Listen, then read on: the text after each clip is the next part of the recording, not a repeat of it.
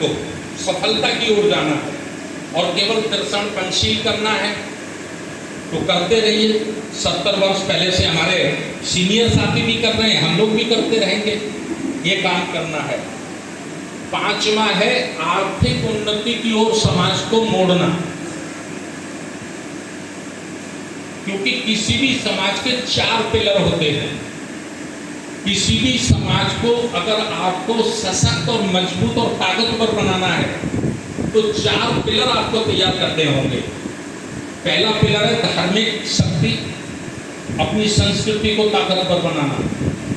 दूसरा पिलर है राजनीतिक सत्ता को प्रभावित करना या उसे हाथ में लेना, वहां तक पहुंचना। तीसरा पिलर है सामाजिक एकता को बहुत मजबूत खड़ा करना।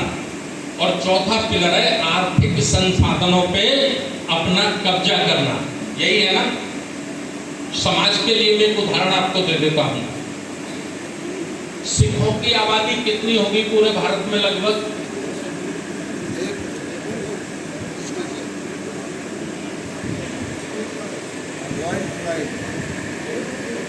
हम 2% मान लेते हैं, ठीक है।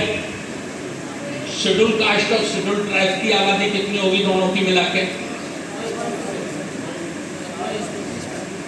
लगभग आज की तारीख में 30% है। लेकिन 1931 की जनगणना पे भी हम मान लेते हैं तो भी 22.5% है। समझ रहे हैं? सिखों की आबादी कितनी? 2%, ज्यादा से ज्यादा मैंने कर दी है 1.5%। ठीक, हमारी आबादी कितनी? 20% से ज्यादा है ना। पक्का? अच्छा एक बात बताओ, आपने कभी न्यूज में पढ़ा, कानों से सुना कि किसी सिख की बहन बेटी के साथ बलात्कार हुआ है? किसी सरदार सिख की बहन बेटी के साथ सामूहिक बलात्कार हुआ है या जाति के आधार पर बलात्कार हुआ है? कभी सुना? ये है सामाजिक शक्ति, सामाजिक ताकत। समझ रहे हैं?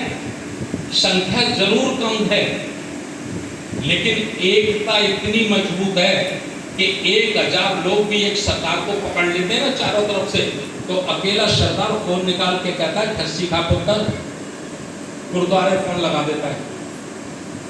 1000 लोगों को कहता है जरा रुक जा, थोड़ा सा रुक जा, खस्सी खा पुत्र, और गुरुद्वारे फोन लगा देता है। और गुरुद्वारे से मेटाडोर भर के तलवार लेकर चली आती है, वाहेगुरु का खालसा वाहेगुरु की फतेह। होता है कि नहीं होता? गलत कर रहा हूं मैं? समाज को भी अगर हमें अन्याय अत्याचारों से मुक्त करना है तो बिल्कुल इसी तरह से उनको मिलिट्री की ट्रेनिंग देकर मार्शल कौम के रूप में खड़ा करना पड़ेगा। इसका मतलब है सामाजिक एकता को मजबूती की ओर तैयार करना। गलत कह रहा हूं मैं? आर्थिक उन्नति, जिस रेशियो से हमारे देश में सरकारें काम कर रही हैं, यदि ये रेशियो चलता रहा तो आप पूरे कागज पे लिख लीजिए 20 साल के बाद कलेक्टर एसपी तो छोड़ो, चपरासी बनाना भी मुश्किल हो जाएगा। रिजर्वेशन के माध्यम से जो हमारे कुछ लोग पहुंच गए थे वहां तक, अब बड़े पैमाने पर उनको बैक गेट डाल दिया गया है। धीरे धीरे हर विभाग का आप RTI लगाकर मांग लीजिए, हर विभाग की न्यूज मांग लीजिए। प्रत्येक वर्ष संख्या घट रही है। वकील साहब, घट रही है ना? घट रही है ना? प्राइवेटाइजेशन करते जा रहे हैं। जितनी वैकेंसी खाली हो रही है भर्ती नहीं हो रही, प्राइवेट सेक्टर को देते जा रहे हैं। अभी तो प्राइवेट सेक्टर को दे रहे थे, अब तो सेक्टर ही प्राइवेट को दे रहे हैं। निजीकरण जो हो रहा है, मतलब अभी तक ऐसे हो रहा था कि जैसे रेलवे है, रेलवे में 4th क्लास के कर्मचारी होते, कंबल लगाते, चादर लगाते, करते हैं ना, तो पहले गवर्नमेंट के होते थे, वो हटा दिए, वो रिटायर हो गए, तो उनमें कॉन्ट्रैक्ट पे ले लिए, ठेके पे दे दिए।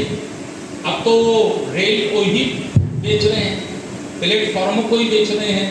तो इस हालत में हमको आर्थिक उन्नति की ओर काम करना है। कैसे काम करना है? बड़ा सवाल यह है कि हम करेंगे कैसे, पैसा कहाँ से आएगा?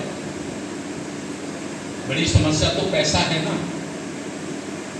तो उस पे हमने C2C पे बड़ा अध्ययन किया है। C2C, C2C क्या है? C माने कंपनी, 2 माने customer, C2 company to consumer. समझ गए? अभी तक व्यवस्था क्या है हमारे देश में? निर्माण हम करते हैं, बीज का व्यापारी खरीदता है जो हमारा कंज्यूमर नहीं है, फिर वो उसको खरीद के मोटे दामों में मोटा मुनाफा कमाकर वो हम